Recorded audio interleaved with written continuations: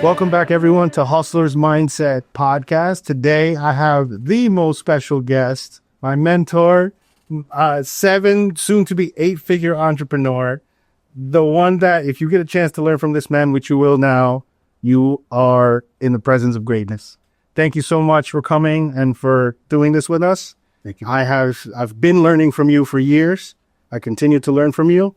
And now you get to tell my audience a little bit of your wisdom. So thank you so much. Tell everyone who doesn't know about you and who you are, what you do, and then we'll get into how you got started. Yeah, my name is Frank Urban. I am the owner of Urban Flooring Systems, which is a flooring service provider for some of the biggest construction and development builders in the industry. And we've been in business since 1995. And right now we're expanding regionally and in some cases nationwide in select states. All right. That's exciting. That's kind of crazy. Still stressful. How does that make you feel? Even knowing that you can say that, how does that feel? It's a little awkward. I mean, I say it because you're asking me and your audience wants to know. But when I was growing up, I grew up in the welfare system in the Bronx. It was very poor. And I had one pair of sneakers. It was a pair of suede Pumas. And they had holes by the toe area. And, that's all we could, I could afford sneakers. So neither could my parents. So I used to take a shoe polish and paint my socks, my white socks, black in that spot so that you could not tell. Yeah. So probably I would say half the scraps that I had with people back in the day, fist fights I had was good people making fun of my clothes. So I used to stay off the street. I used to take them to New Jersey to deliver mopeds at the time. And I used to make, he's giving me like $5 a week or something. Just keep me off the streets. And especially in the summer during school, when school was out. So one day I'm sitting in Orchard Beach with my cousin Al and, I'm counting. I got like $29, $30. And he looks at me, he goes like, yo, bro, you rich, And I'm like, I'm not rich yet. I'm going to be rich in a couple weeks because I'm going to get $10 more, right? Mm. And he goes, what are you going to buy? I'm not going to buy myself a pair of sneakers. So me thinking I'm rich, not knowing the difference between $1 and $100, and me thinking that the first thing I would do when I got rich is to buy a pair of sneakers, just goes to show how important that was for me. So even now, like this is from Burlington Coat Factory. Mm-hmm. Right, I paid $19 for this, and even though I'm at the pinnacle of my success right now, nothing has really changed, except that I always have a clean pair of sneakers. Air Forces or whatever. I say these are always clean. You'll never see me with a dirty pair of sneakers, because to me the sneakers are my benchmark for my success. That's what I look at and say, damn, I made it. Now I can buy any sneaker I want. Boom. So yeah, that's why I ended up collecting yours. Plus Michael Jordan was, I idolized Michael Jordan because of that, his willingness to succeed. And I named my son Jordan because of Michael Jordan. So we used to, use coupons at the time to buy food and went hungry a lot. So to me, I still have imposter syndrome. Like I'll walk around my warehouse. I have a 35,000 square foot facility and I'll get a $1.5 million check. I look at it and just tell my people can just put it in the bank and don't get too high over there or too low. Because to me, I'm still that kid that asks himself, how did I get here? I'm not supposed to be here.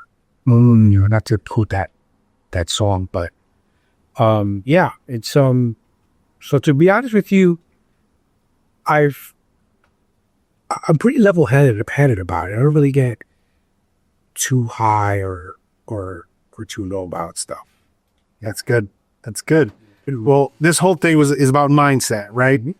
And your hustle has started way before urban flooring.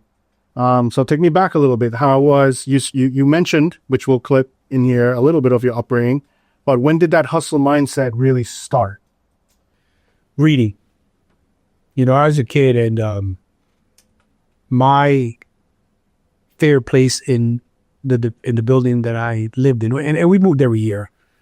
But whenever we had a fire escape, that would be my escape.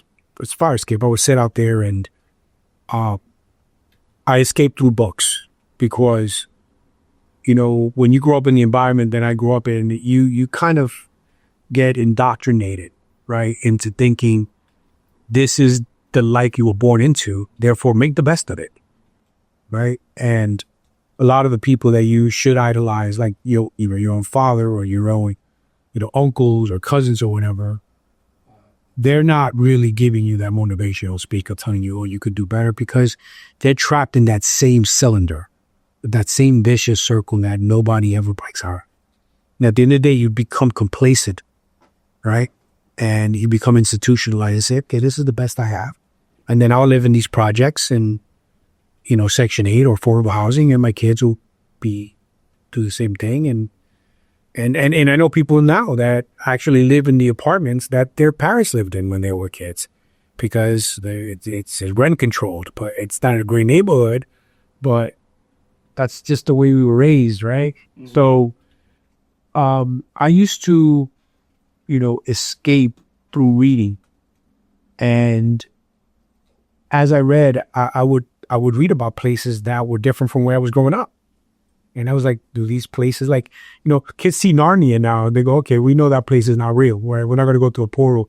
Or they see Stranger Things. They go, okay, yeah, okay, it's good. It's good series, but I'm not going to walk through a portal, right? Or the MCU, right?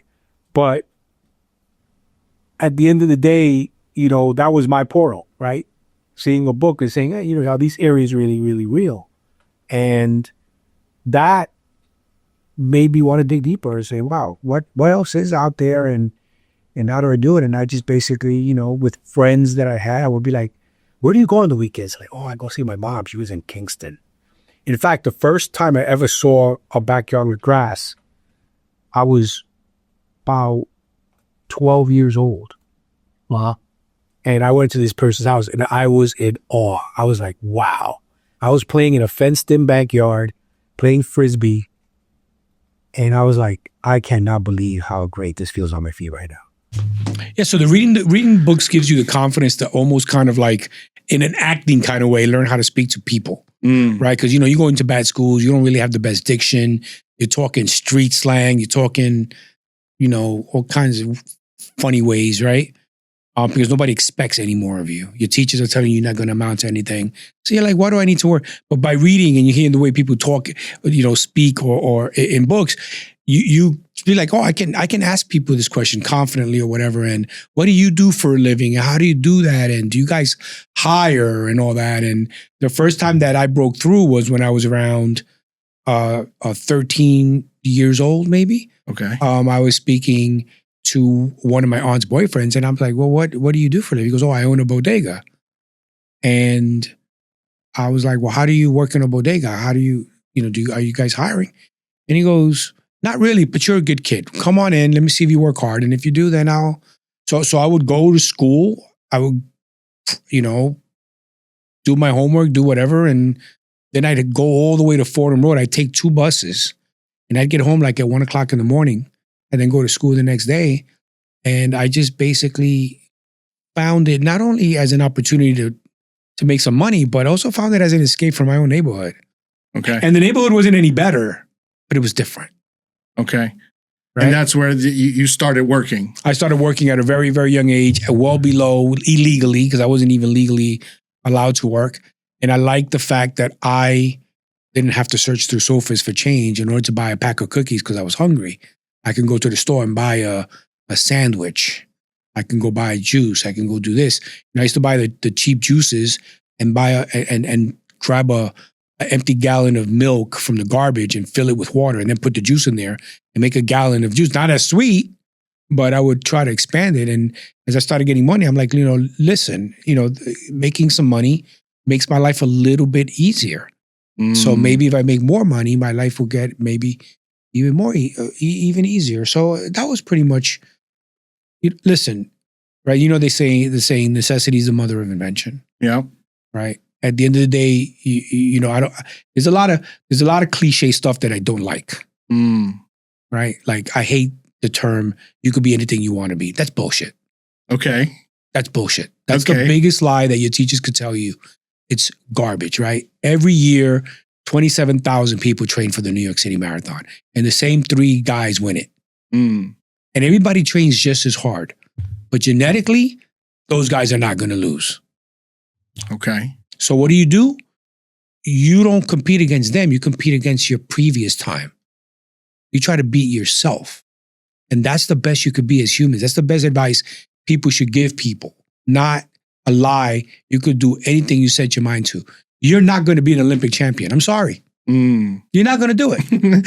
First of all, is that a fat joke? Is it because I'm big? It's not a fat joke. Well, maybe a little bit, but listen, I'm not that far behind. But at the end of the day, whatever. So, yeah.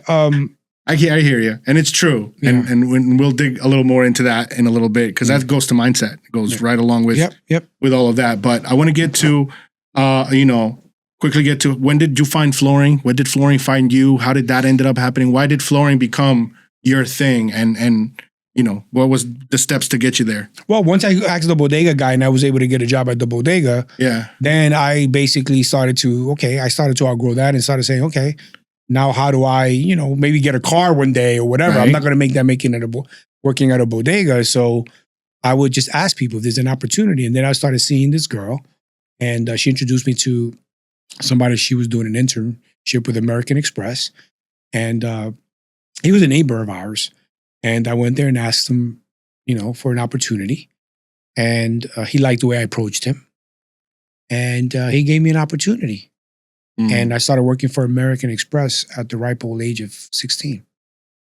Okay. Doing what?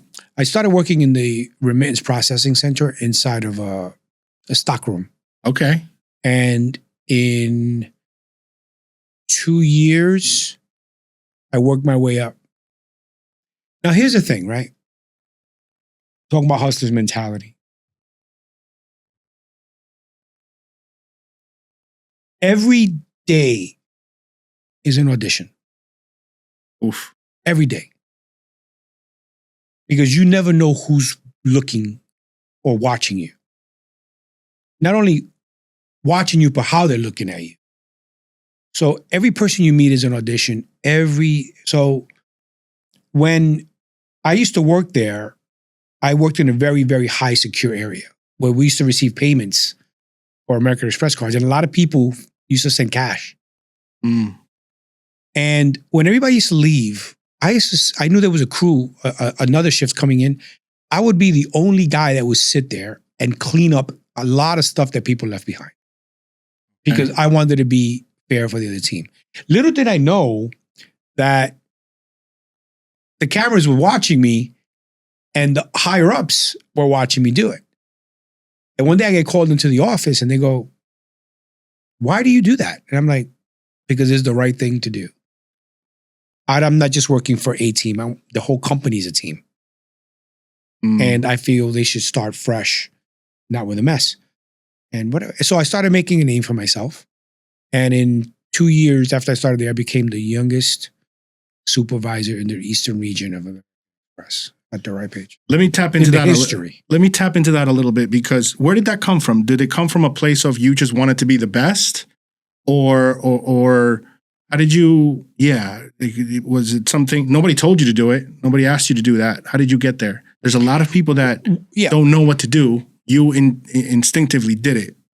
How did you get there? Well, when I was being made fun of for my sneakers, I didn't know what to do. I was too young to work. My parents weren't going to give me the money, right? So I had to find creative ways to try to, water down that situation, which meant painting my socks. That was my solution. Right. It wasn't the best solution, but it was the best solution at the time for me. right? Mhm. So when you do little things like that, people don't realize that sometimes the slightest little thing can affect you in a way that can transform the entire future of your life, man. I'm a person that doesn't get triggered very easily at all. But even talking about the time that I was made fun and that I had to fight people for mocking something that was true. They weren't making up a rumor about me. I was literally fighting people in the same sneakers that they were making fun of me, right? And even now talking about it, it's still a low point in my life, even though I was so young at the time. Mm. And when you find ways to get around certain problems, you almost graduate because it was effective to a degree. It worked. Right. The only thing that didn't work was sometimes I didn't put enough and then my sock would shift and then you could see a little bit of the white. So I'm like, I got to make a bigger black stain on my sock. So like that, if it moves, it doesn't show. So it did diminish it. But you sit there and you go, look, you could either be proactive and try to find a solution for something that ills you, or you could just shrivel up and just hide behind like that meme with what was it, Homer Simpson? Yeah. Was it when they go into the bush? Is that Homer? Yeah. So and I learned from a young age, and not only that, you see other kids being picked on that weren't scrappy like I was.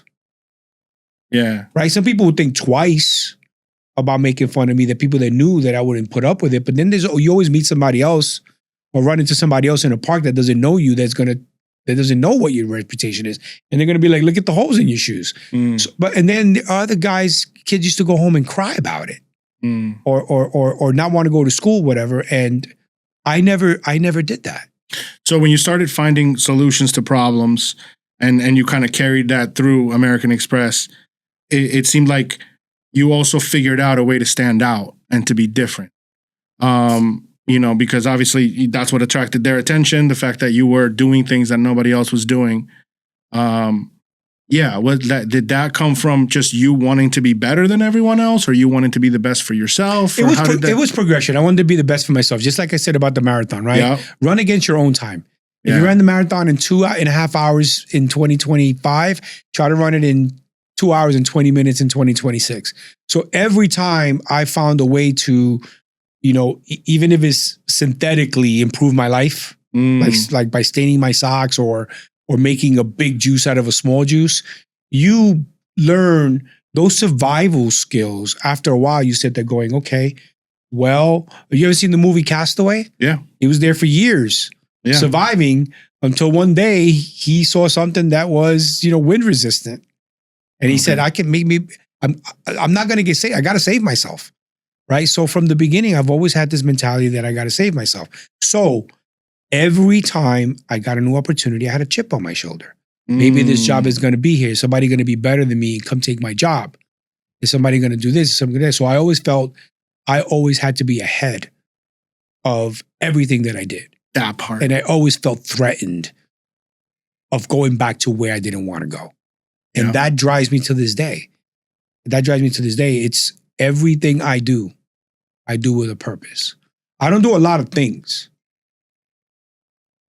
but I'd be really, really nervous for the guy that challenged me in what I do best, because I'm relentless, and that's just the way it is, man. It's just been built. The blocks have been building throughout my life. Okay.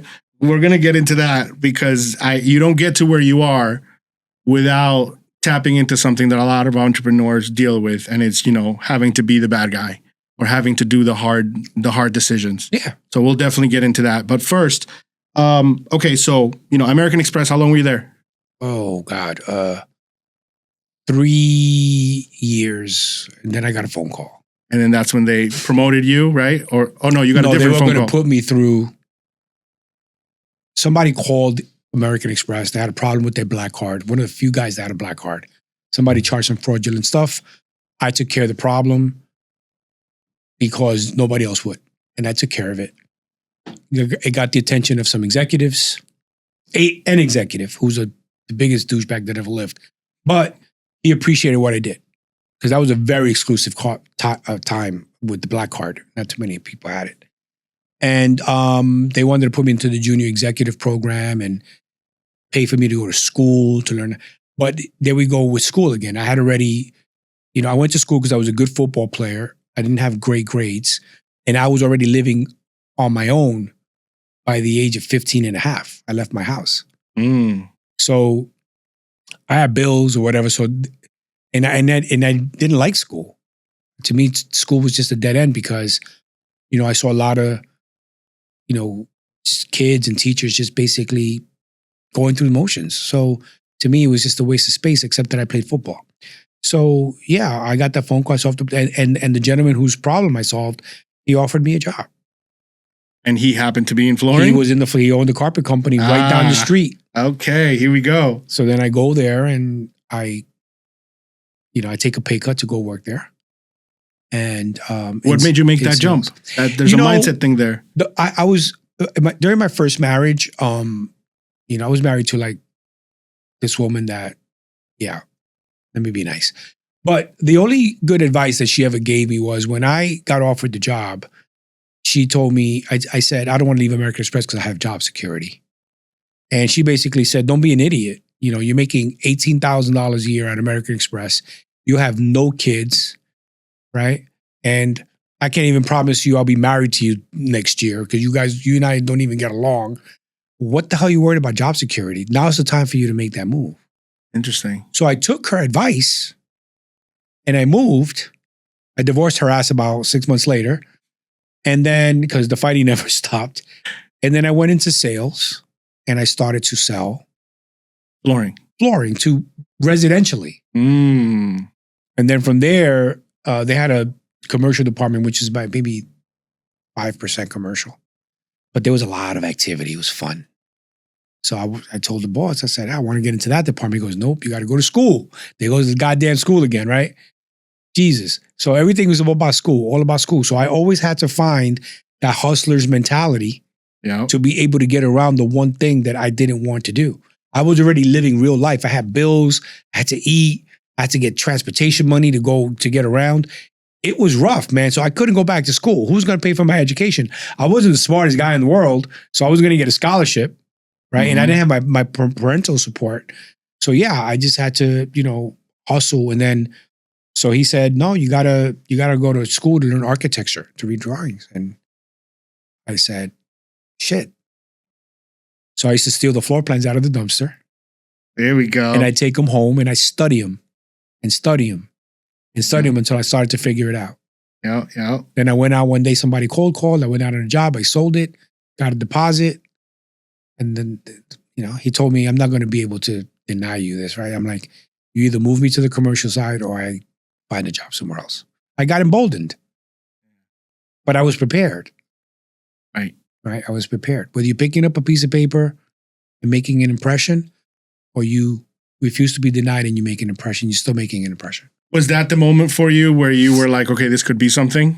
You know what? I don't know if me doing that was the turning point. If I were to pick a turning point, was because I got comfortable, me knowing my capacity mentally, my lack of education, knowing that everywhere I turned, I had to get schooling behind it to be a professional. Sales was the one place that I excelled at because going back to what I told you, books helped me develop a dialogue with people because I used to read how people used to interact in books. And I read all kinds of shit, man, from the Darwin's theory, the origins of species, Darwin's theory of evolution to, the King James Bible, just because I used to think that the church that I grew up in the Pentecostal church when I was a kid. It was the biggest scam on the planet. So I used to read up, let me read this book that these people are preaching out of. And I used to sit there and write down all these inconsistencies, right? But at the end of the day, that same thing was sales. I think I hit my plateau. I can sell, I can make commissions. I know I could do this. I don't have to go to school. And this is probably what I'm going to do for the rest of my life. So my switch to turn on and become entrepreneurial that went away. Like even the ability, even my desire to just keep expanding. I was like, no, I'll just keep expanding and just sell more shit. Right. And I'll make money and that's it. And that was the end of it. Okay. And then when did the shift from that happen? When did you said, no, you know what? I'm going to go on my own. When I got fired. Ah, okay. Talk about it. He fired me. His kid was being recruited by the Chitlin circuit. All these big Southern schools like Auburn, Georgia, Florida. They were, and his kid didn't have a plan B. So the kid blows his knee out during his senior season, and my desk became his, just like that. I just bought my house in Fishkill, and I hadn't owned it for 3 months. Oof. And I put 5% down on the house because I wanted to get my kids out of the Bronx, and I only had $2,900 to my name. So he let me go 2 days before Christmas, 1995. Oof. What was your mindset at that point, right? My mindset was, I'm fucked because my whole life I've been fighting. This is not a Christian show, right? Just making sure because remember when I said before that I was fighting my whole life not to go back to the day where people, control the narrative about who I was based on the shoes that I was wearing. I was like, everything that I've been working towards was a lie. All I did was set myself up for a bigger disappointment than people making fun of my shoes. I just set myself up for a place where I never had control of anything. This whole life, I'm building a narrative how I'm going to take control of my life. And just like that, I was out of control. It got pulled right up from under me. And I was shocked. But I was more disappointed in me than shocked. I'm like, I became comfortable.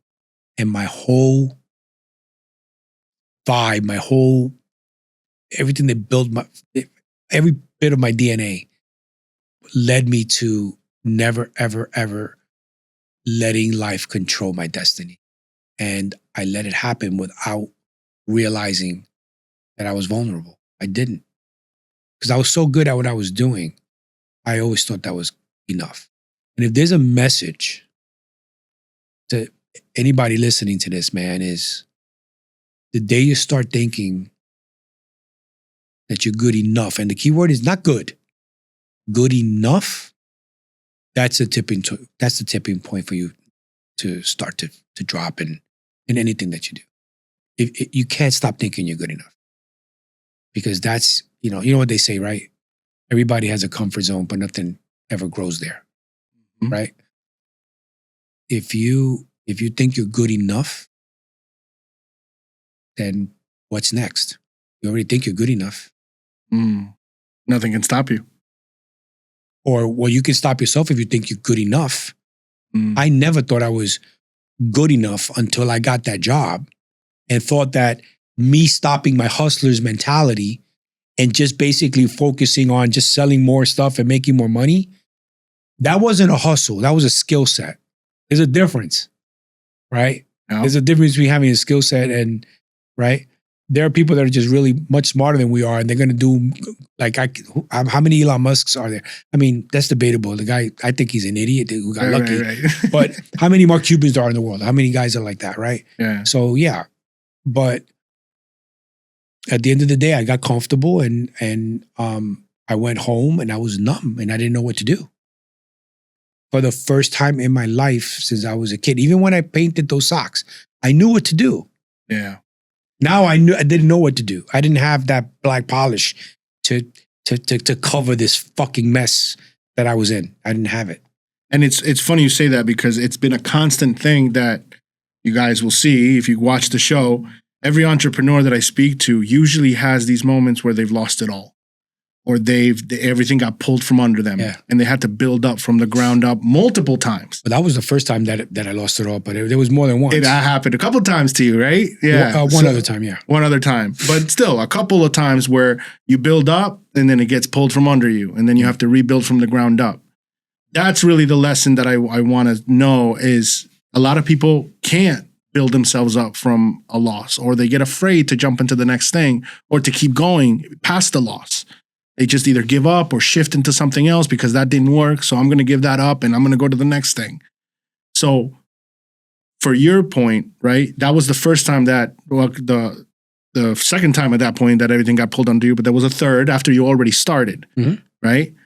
Let's go through that one, right? So you started building up your business, right? You went on your own, you got fired. Well, I started going into the city because I didn't want to ruin the holidays for my family. Okay. I let them know that I got fired. Okay. I didn't want to do that because my wife would have been a wreck. So I would take the Metro North into the city, and I would go from coffee house to coffee house, and waste time, and then come back home. And then I finally broke the news to her, and she reacted a little differently than I thought. I thought she was going to freak out, but basically she said, if we have to move back to the Bronx and lose the house, then we'll lose the house. We'll start all over. So I took the last $2,900 I had to my name. I bought a folding table and a folding chair and a thermal fax machine. You're too young to know what that is. And I started making cold calls. And that's how I built my business out of my garage. Selling your own just the same thing I was doing, but I was doing it for myself. That's right. Because I used to smoke cigarettes at the time, and I'm sitting in my 2 seasons room in the house, and I'm looking out there, and I'm sitting there going, my old boss is the one that decided where I lived, where my kids went to school, the food I put on the table. I was never the head of my household. My boss is the head of my household. And that feeling brought everything back. I always refer to my past because it's all interconnected, right? It's all interconnected. The holes in the socks led me to, gave me this fire to do something. And I did it. And I always found ways to elevate myself. And then finally, when I thought I was good enough to start selling flooring and I was getting better and better at it, I basically lost track of the fact that, my hustling game got put aside, right? I always was very cautious about everything I was doing. I never, ever, ever thought, this guy could end this tomorrow. I'm really not in charge here. I was riding the wave, but a lot of that could be exhaustion from always having to be the guy who figures out what the next move is without having to go to school, without getting a degree. So that does get exhausting. So when you reach that area where you think, wow, I finally reached the peak of where I could be without all these requirements that everybody tells me I need to have. Let's not count the money in the wind, right? Mm-hmm. Let's ride this for as long as you can. But as you're rising, right? The ground gets smaller.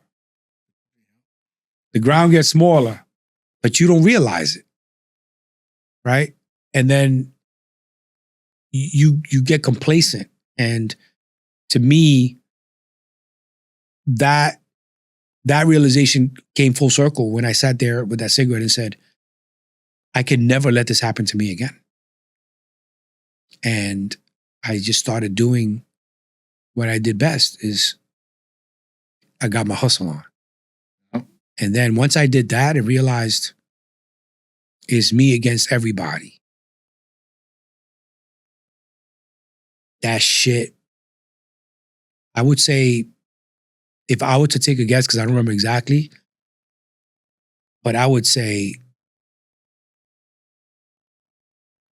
3 hard months, not paying my mortgage, not having income, not anything. And the fact that it didn't dissuade me, because the insult of having a man control my destiny and my family's destiny overshadowed that struggle.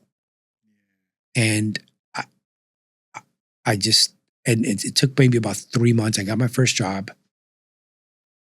And when I got my first job, in my own cocky way, I'll never forget this. I didn't say it out loud, but I'll tell you what's thinking. I was looking at the reflection of the screen in a computer that I had bought that I still hadn't even figured out how to turn on. My first computer, and I had never used a computer. And I remember looking there and just thinking to myself, I'm coming for everybody's neck now. It's over. It's over. And that's when it clicked for me. Okay. That's when it clicked for me. It's over. All right. So let's jump into that part really quick. I'm gonna basically skip through some of this, but we'll come back to the growth.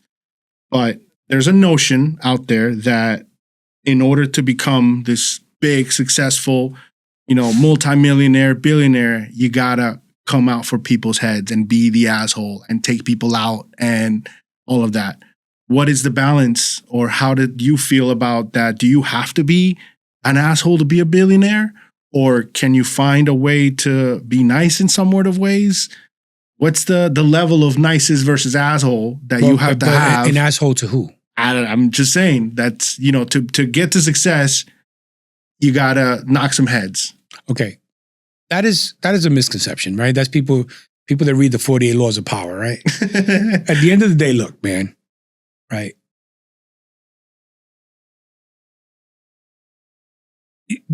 A key to everybody's success is creating allies, not enemies, right?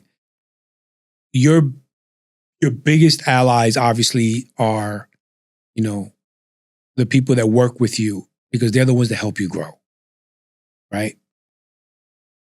If you call being an asshole is, denigrating people and treating them like shit or making them fear you, that's short-term success. Because it's impossible to succeed if people don't want you to succeed. You have to create alliances of people that want to see you win. That said, there's a fine line between being an asshole and people knowing that there's a beast in you that they don't want to poke.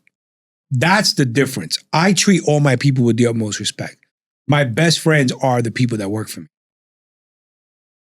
They're the ones that I go to battle every day. They make me money, and in turn, I want them to make money. I want them to have, good lives. But if you ask anybody under oath if they will ever dare steal a dime from me, they'll tell you he's not the one. Or anybody who tries to steal an account from me. I've destroyed lives of people that try to fuck me or fuck with me. But that's few and far between. And at the end of the day, you only got to do it a couple of times for word to get out that I'm not the one. But that's not something you flex over. But it's part of it, right? You're kind of saying it right now that that you do have to get to points where you just got to let people know they can't fuck with you. Right. I understand that, but it's not a business model.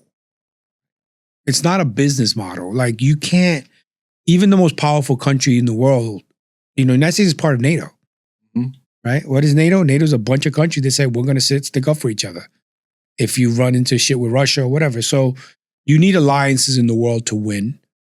The way you treat people gets around, and people will find out about it. Like, you're just a person that just doesn't treat you people with respect. I treat all my people with respect. I'm not an asshole to anyone, right? I'm not an asshole to anyone. But it's just like, it's like raising a family, right? You love your kids and you treat them and you hug them and you kiss them. But then sometimes you got to crack the whip, and they got to let you know that they can push you only so far. But that goes with life. That's just the way life is. In business, this thing about being an asshole, now there are industries where sharks just have to be sharks. That part. But that's different, right? Like, if you're, do you consider yourself a shark? Not really. Okay. Not really, because, I'm not hunting anybody. I'm not hunting anybody. I'm fishing. But when it's like, your competition and you got to take them out or you got to Yeah, but do take stuff them like out that. how? I Like, don't you know. don't have to be an asshole to take somebody out. There you go. You don't have to be that. You just be better. Be better. Don't be badder, be better.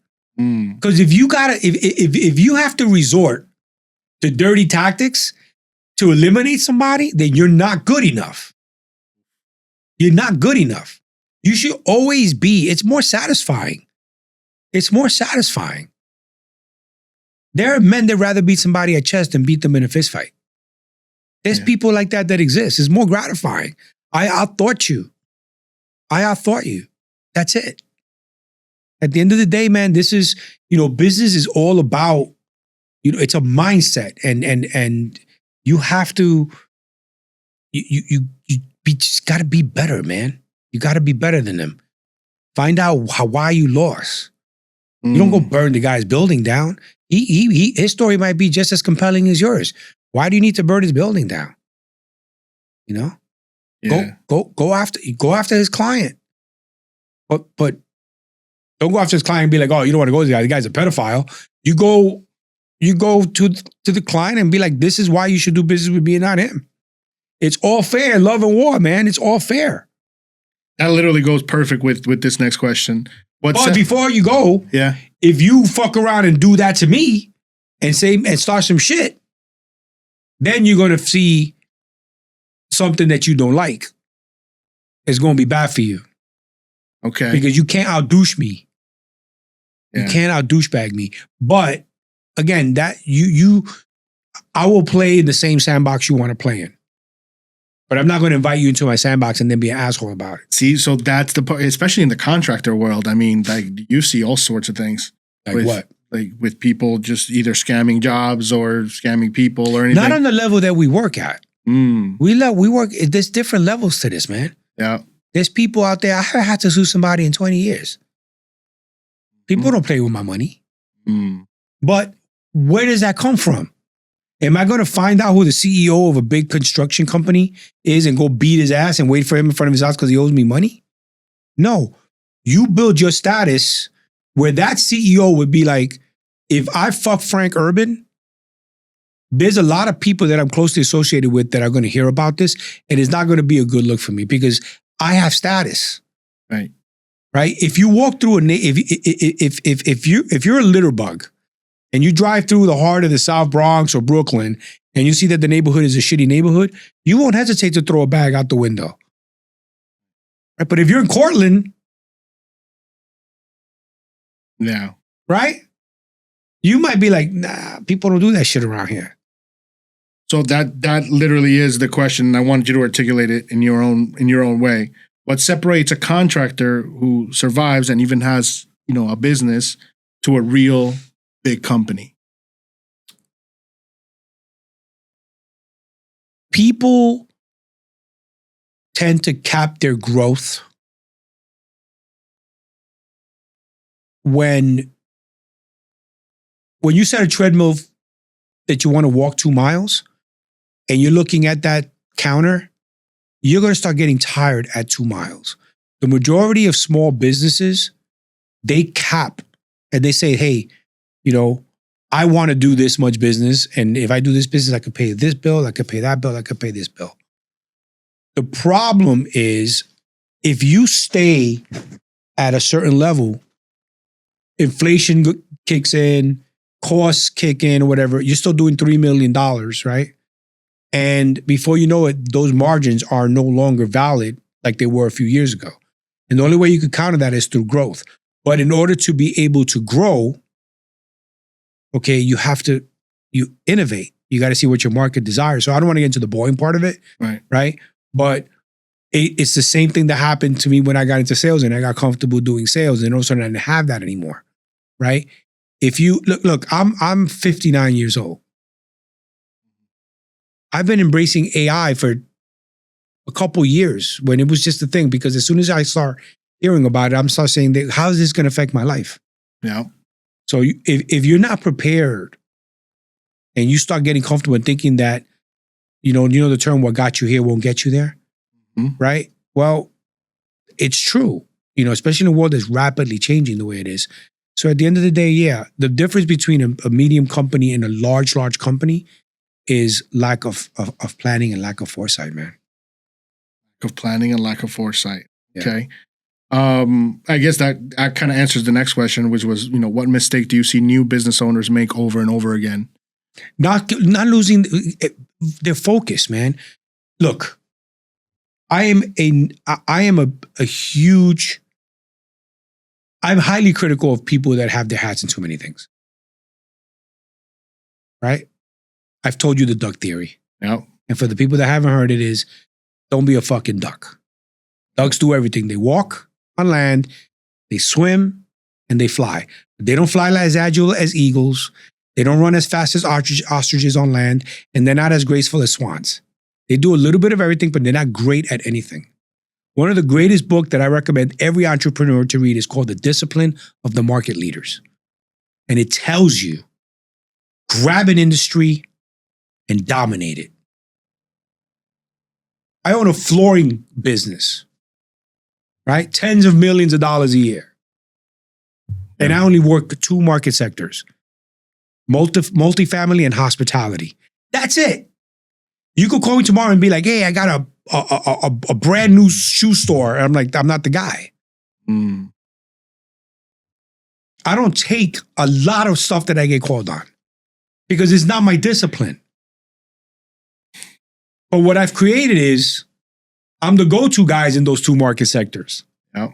Whereas the other guys that are not growing, that are stuck at $3 million, those other guys be like, just call this guy. He's Mikey. He'll eat anything. He'll eat anything. Just give it to him. Yeah. That guy will eat broccoli. He'll eat whatever. He'll do anything for $1. Frank don't do that. I don't do that. Like I specialize at what I do. I build my foundation, my crews, my infrastructure, everything that has to do with my business around those market sectors. And then to expand outside of those market sectors, if I'm doing $5 million a year for you in your hotels, and I'm already there, and I don't see any sweet science about putting wallpaper up on a wall, I'm going to buy a wallpaper company and I'm going to take that business too.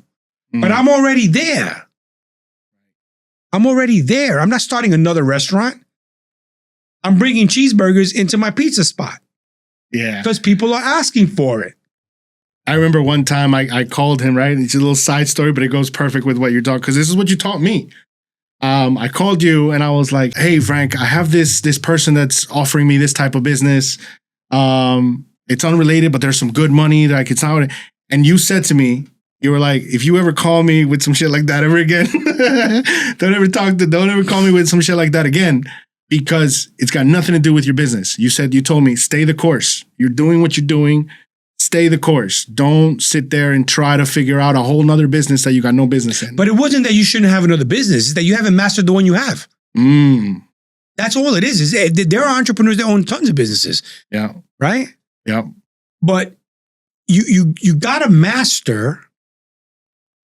Mm-hmm. And you own multiple businesses too. And I do. Yeah. And I've been successful. I mean, I have houses. I have real estate.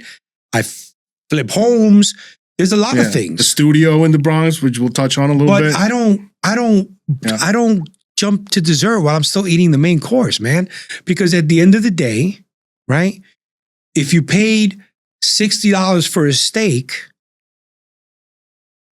and the dessert is $9, you better get the most out of that fucking steak.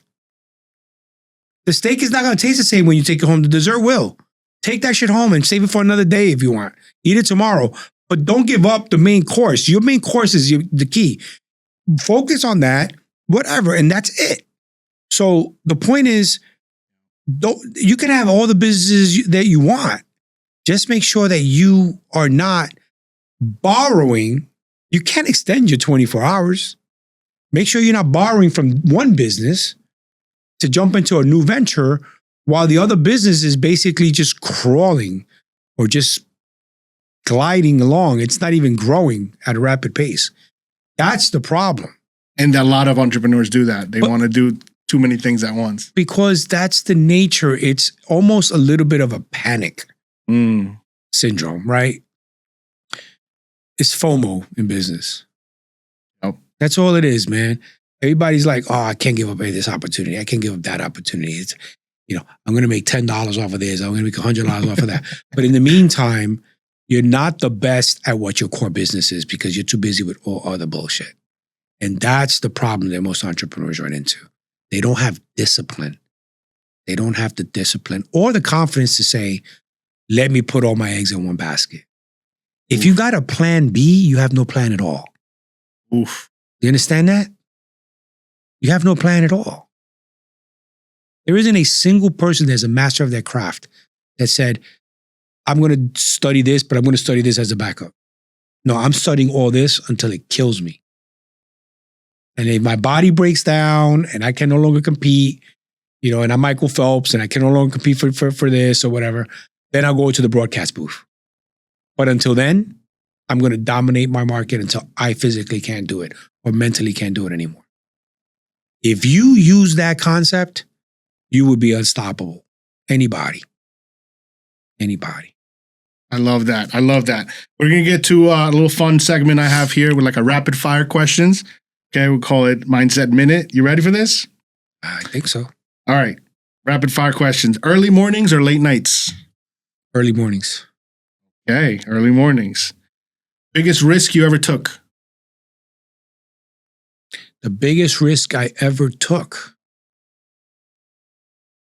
Shit. The biggest risk I ever took. That's a great question, and I don't have an answer because I'm not a risk taker. I mean, it probably would have to be when you bet on yourself. That's not a risk, man. That was fucking, I had to do it. Yeah. I had to do it.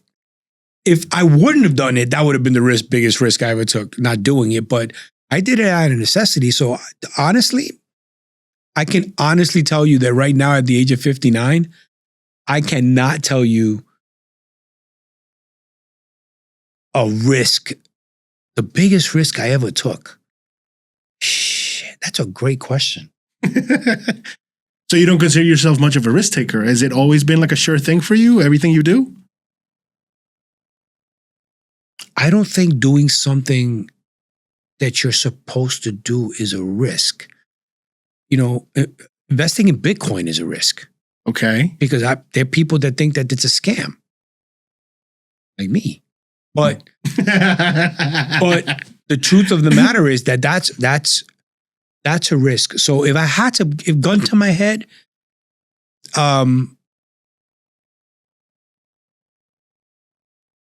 shit. This is going to sound really crazy.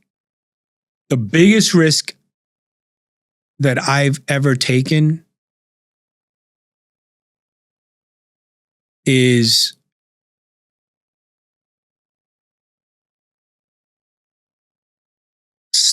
wow. The biggest risk I've ever taken is probably continuing to do what I do at the risk of the same thing happening to me that happened to me when I used to work for the other guy that he let me go. Is everything going to a downturn that would make me lose everything fast?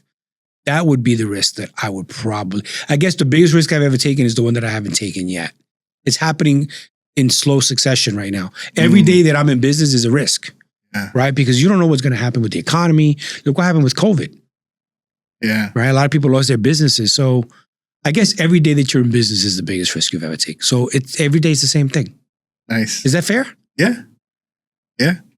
Every day is a risk. Every day you decide to stay in business, you haven't sold your business and you whatever, is a day that you could just lose it. Oof. Staying in business. Staying in business is a fucking risk. There you go. You answered the question for me. Staying in business is the biggest risk you ever took. I love that. Yeah. One habit every entrepreneur should have.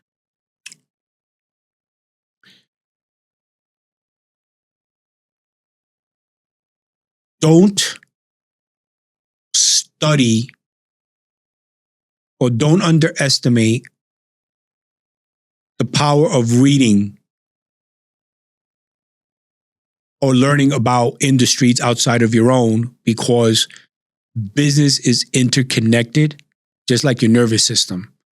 And as long as you read outside, like for example, one of the biggest reads I do is I read more about real estate and development, and I don't read any flooring publications. I always read about the industries where I can put my practice into place, not read about stuff that I've already pretty much mastered. So yeah, always go outside of your comfort zone and read about just about anything that you can, because there's opportunity that you might pick up on and go, oh, wow. You can find out about a building that's in the planning stages 3 years from now. Yeah. But if you're ahead of the game, you got a better shot at getting that contract. Yeah, there was one way that you put it, because we had a call in. You did tell me this, and the way you put it just stuck with me. Always stay on the cutting edge. Yeah, always. You said it to me in that way, and it just stuck with me. And that was the lesson that you're kind of repeating now.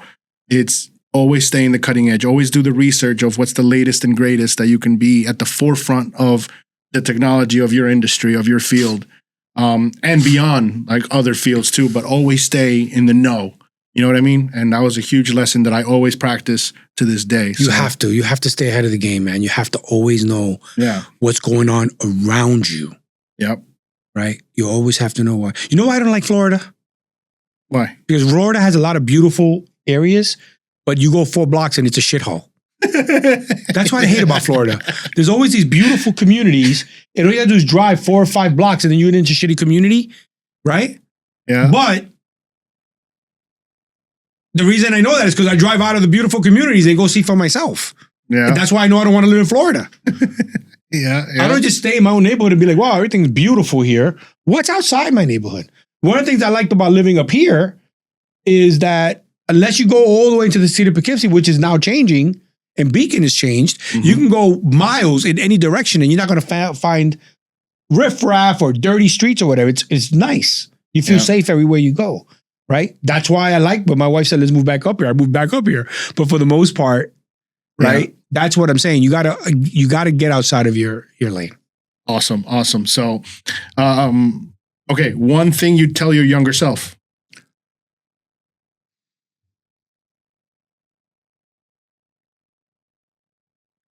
One thing I would tell my younger self.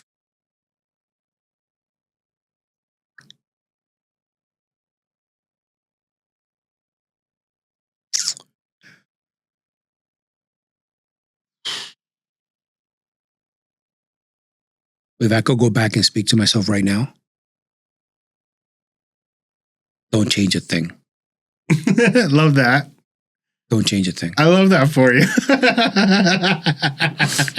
This is the same fucking thing you're doing. It's the butterfly effect. That turned out okay. Why the fuck would I want to be anything different? I will go back and say, dude, in the future, you're going to be awesome. So whatever you do to get there, just don't change shit. Just do it. Because it only takes one thing in your life to change the course of it. Yep. It doesn't have to be a major event. Yep. Right? You may not be here if you didn't marry this woman. Right. You just may have taken a different career path. So at the end of the day, no. I would back and be like, don't change shit. Don't change nothing. You good. All right. I love that. This one's a little counterintuitive, but I'll ask it anyway. Because one may mean the other, depending on, but I'd like to know where your mind is at. Money or freedom, which matters more? Oh, man. Definitely. Well, what's freedom?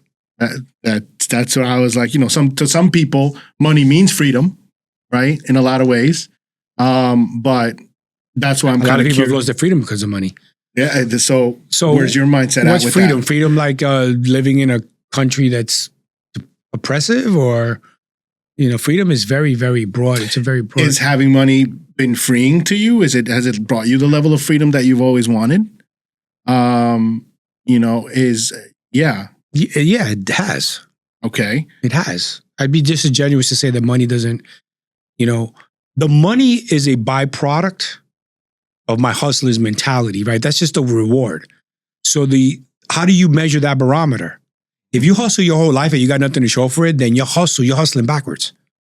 So if you hustling, the only real barometer that you have is how you take care of your family or that, and it all revolves around money, because that tells you where you could live, where you can go to school, right? Remember what I told you before about my ex-boss? So yeah, at the end of the day, I think that the money, you can create the freedom with the money. Right. You can't but create there's a mentality there of like, how much is enough, right? There's some people that are okay and have the freedom that they want making $100,000 a year. You know what I mean? Yeah, but that's all proportionate. Okay. Right? Wealth is not how much money you have. Wealth is how comfortable you are with what you have. There you go. That's what wealth is, right? So if I told you right now, right, Caesar, you making $250,000 a year in your business. Mm-hmm. Right? I want you to shut it down tomorrow. Right? And I'm going to give you $350,000 a year to come work for me. $100,000 more. And all you got to do is work from 9 to 4, Saturdays and Sundays off. And I know you spend a lot more time than that here. Would you take that deal? Oof. This is your interview. Would you take that deal? You making... I don't think so. Honestly, because of the same reason that you wanted to build something and I'm on my way to building my own thing. Now, where it's like, you know, more of a, if I could build the life and what I want to ultimately build with you, and we can find a way to both get there together, and I don't have to deal with a lot of the ups and downs that come with doing it myself, that's different. Because if you and I have the same shared goal, and you know what I mean? Because my goal is not end at 350. You know what I mean? I have a certain goal that I'd want to hit for me to be like, okay, this is... Okay, but we've been here for an hour. Yeah. And the point of this is to teach people how to be masters of their own destiny. Yeah. And what you're telling me is that you would come work for me for $100,000, but you might consider coming work for me for $100,000. No. What I'm telling you is only if there was a path for me to make $1 million. But how do you know what I mean? How is there a path for you to make $1 million if I'm always going to be the guy in the way of that? That's why my original answer was no. Your original answer was a lukewarm no. It wasn't an assertive no. It wasn't no. It wasn't no because unless, and I said it, unless there was a way for you and I to build what I ultimately want to build. Okay, so then basically, and again, I know it's my interview and you're interviewing me, but this is a discussion for people to learn, right? Yeah. You don't love what you do, right? First of all, I love what I do. Okay. Well, then now you're contradicting yourself. No, I've always loved what I do. You love what you do. This guy, you make $250. I don't know how much you make a year, but I just put a round number and say I'm going to give you $100,000 more. You're going to work a lot less hours. You're not going to work any weekends.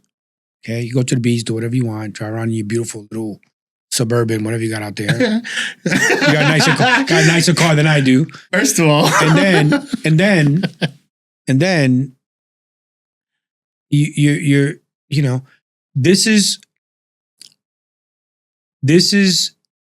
exactly what I would advise everybody out there listening to not to do, because, you know, what is enough for you? See, you're leading with, I want to make $1 million, right? But I would rather make $250,000 and be in control of it than make $1 million that can be pulled out from under me. Yeah. And I'm with you. That's honestly why my original answer was no, just for the record. It should be your only answer, not the original answer. You know, for the record, it said no, because my goal is not 350 or even $1 million. Honestly, I've always been, and this is now my actual mindset, is exactly what you said. I'm only competing against myself. I only want to see the best that I could do. I don't know if my cap is $1 million or 10 million or $1 billion. I don't know, but I do want to know how far I can go. That's my actual mentality, is I want to know how far I can take this. Do you make good money? Okay. You okay. You pay your bills, right? You don't pay my bills. Okay. You come to work. Do you look forward to coming to work every day? Yes. Okay. You love what you do. Yes. You love the fact that the person that you probably love most in this world works with you. Yes. Okay. You love that. You can bring your dog to work every day? Yes. Okay. You can eat wherever you want? Yes. Right? Okay. You travel? Yes. Okay. So what's the fucking problem? There is no problem. There is a problem. So you are, and you're happy, right? do I want to, that's kind of the mindset question. Do I want to strive for more because I know it's in me and I can do more? It's not a matter of striving for more. But I'm not complacent. It's a matter of striving correctly. Hey, okay. That's all it is. Let me tell you why chasing money is a problem. Yeah. Right? And I may have given you guys this example. Well, you told me the more you chase it, the more it runs away from you, right? Let me give you an example. Yeah, yeah. Right? You ever have to go to an event that you have to be at a certain time, but you left a little bit later than you should have, right? So what do people do? You put the address into the GPS, right? Did I give you this example? You remember this example? Mm-hmm. You put the address in the GPS. You said, okay, this place is 60 miles. And if I go 60 miles per hour, I'll get there in 1 hour. That's going to get me there 5 minutes late. So what do? Mm-hmm. You hit the pedal and you start going 65 and 70. And now all of a sudden you see the clock on the GPS says, okay, now you're going to get there at 4 minutes after. So you try to go a little faster, but here's the problem. Every minute that you shave off gets harder as you get closer, right? Before you know it, you get pulled over and you're going to get there an hour late. But the point I'm trying to make is that when you try to go too fast to chase something, right? The risk of everything else around you, including your safety, getting pulled over, whatever, increases tenfold, right? And that is a huge, huge mistake that entrepreneurs make. Huge mistake. If you focused on what I told you before, the discipline of the market leaders, and you try to dominate your industry, the end result will be exactly what you want it to be most times. Okay.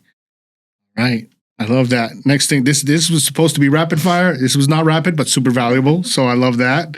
We're keeping all of it too. I won't cut everything just when he's coming at me too much. What keeps you hungry? Not ever having to wear shoes with holes in them again, ever. So shoes. Holy shoes. And I don't mean the ones the Pope wears either. Yeah, man, just going back to those days. Not losing it all. Yeah, that's it, man. Not losing it all. That keeps you hungry, for sure. Absolutely. Legacy over lifestyle? Yes or no? No. What's legacy?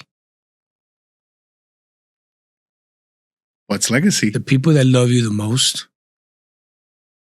will think about you every day for a few months after you pass. Then after that, they'll think about you once a month, and then once a year, or whatever.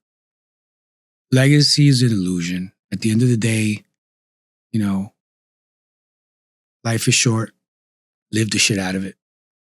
And if you happen to build a legacy while you're at it, that's gravy. But that's not the main ingredient. So your lifestyle all about, day. Bro. All day lifestyle. Bro, you think I give a fuck more about what my kid thinks about 2 years after I died versus me hanging out in Mexico in the Riviera? Yeah. I'd rather just bro. In my deathbed, I want to look at my wife and be like, I lived a great life. I'm ready to go. Not, I wonder what my kids are going to think about me 5 years from now. Or is my name, or they're going to build a name a street. I'm not going to be here to see it. I don't give a fuck. You're like, you up with a urban, what do I give a shit? Nah, I'm living it up. Okay. All right. So that kind of leads into the last one. What does success actually look like for you today? Success means, being a good human being. Live your life righteous, but doing it on your own terms without zero input unless you ask for it. That's it. That's what success is to me, is being able to do whatever I want without anybody having to put a stamp on it. That's what it is. All right. And for my last question, right? For someone listening to right now who feels stuck or behind, what would you tell them? Get unstuck and get ahead. But how? It's not how. The how is during the interview. Yeah. The how is during the interview, Yeah, right? yeah. If you don't have a situation that's worse than the one that I started in, and you can't get out of it, I don't know how to help you. I don't know how to help you because, if you're hungry, you don't need to see a McDonald's commercial to remind you that you're hungry, right? We're all born with we all start the day with the same 24 hours, right? So your circumstances are always going to be on your own, you're the only one that can overcome these things. The only one. And at the end of the day, look, 95, let me tell you a brutal, honest truth. And I talk to your audience. 95% of you are going to be like, oh, wow, good story. And you ain't going to do shit. You ain't going to do shit. You're going to stay in the same miserable position in life and you're not going to do shit. It's the fucking odds. I'm being honest with you. You're not going to do shit. You think you are, but you're not going to do it. You're going to look at this. You're going to forget about me in a few days because it's easier to be who you are. Oof. That's what got you there. It's easy to be you. You're used to it. Oof. You're used to it. That's why people stay in bad marriages. Why? Because they're used to it. They ain't got to change their drawers in 3 days because their wife is already used to that. You get with a nice girl, you're going to have to take a shower every day to impress her. You don't want to go through that. So you stay with your wifey. That's what it's going to do. You're going to stay miserable. And then there's 5% of you, maybe less, I'm being generous, they're going to sit there going, damn. If that guy was able to overcome and got motivated by holes in his shoes, I should get motivated by hunger pains. You understand? And I'm talking to the 5% or less of you. The rest of you, good, nice knowing you, but you're not going to do shit because that's just the way it is. You're going to make an excuse. You're going to do everything. How many of all of you guys, people listening right now, have gym memberships that you don't even use? Because you think you're going to go to the gym. You buy a treadmill, you think if I buy it, I'm going to use it. No, you're not. You're going to hang your drawers on it after you do the laundry. That's what you're going to do because that's the way people are. Nobody wants to do what Laura and Caesar do, where they go get in every morning. They're here till late night. They're here on Saturdays and Sundays. Nobody's going to do that. Pay those dues. Nobody. It's hard. Very, very few people have that mentality. And you know that. You can attest to it. Yep. How much do you give up to be here? Man, you have dropped some bars. You have literally, graced us with a lot of wisdom. There's a lot of lessons that I've learned from you over the years, and I'm so happy to have recorded and put out there. So thank you so much. Yeah, sorry if I was being a little up, but that's just being honest. Yo, this was exactly what I wanted, to peek into your brain a little bit, to peek into your past, to give there's a reason why we spent so much time into your past, because, and you said it yourself, it literally shaped and built everything that you have now. And your hunger and your drive came from that. And it has never stopped and it's never wavered. You know what I mean? So, and that is a huge lesson that I've learned from you. We've learned a lot. Thank you so much. Hopefully I have you here in future podcasts. I'm going to say one more thing before I go. Yeah, go for it. And I'm just telling you right now, which is one question you didn't ask. If I had to give a piece of life advice, you know what that would be? What's that? If you love the life you live, you're a good husband, a good father, a good grandfather, a good citizen, you have the job of your dreams or whatever the case may be, okay? And I apologize to everyone if I'm being a bit harsh, right? Get over the trauma of how your mother treated you, how your father treated you, how your boys treated you. Get over. I used the holes in my shoes as a motivator, not for me to use it as a crutch. If you turned out okay and your father was an asshole and he's no longer here and you don't have to, thank that son of a bitch every day. Why? Because you turned out okay. There are a lot of people out there who have great parents that do everything and they end up on drugs and they end up, overdosing and doing all kinds of stuff. If you are comfortable with who you are as an adult, don't shit on your past so much because that is what formed you. Enjoy your journey. Embrace your journey. It made you who you are today. And if you needed to have fucked up parents that smacked you around a little bit and you turned out okay and you don't lay hands on your kids, then you should thank them every day for raising you that way because you turned out okay. That formula worked for you. Penicillin was invented by accident. Yeah. Right? So why are you still mad over the fact that your father slapped you when you were 7 years old? Yeah. So if I were to give people life advice, embrace your journey. Embrace your journey. And that's what I have to say. Man, thank you again so much. Right. You're amazing. I look forward to seeing and helping you build this huge empire that we are literally building. Better update my fucking website. I mean, it's updated. It's good. Yeah. But we're building out. You're going to start actually selling your own floors. You're going to expand into other markets. We're doing some big things. We're going to do. We didn't even touch much on La Bodega and how that has been turning out. Yeah.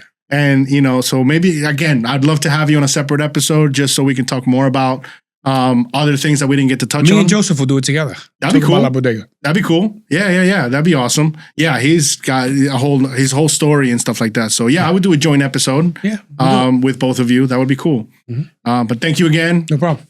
Everyone, Frank Urban.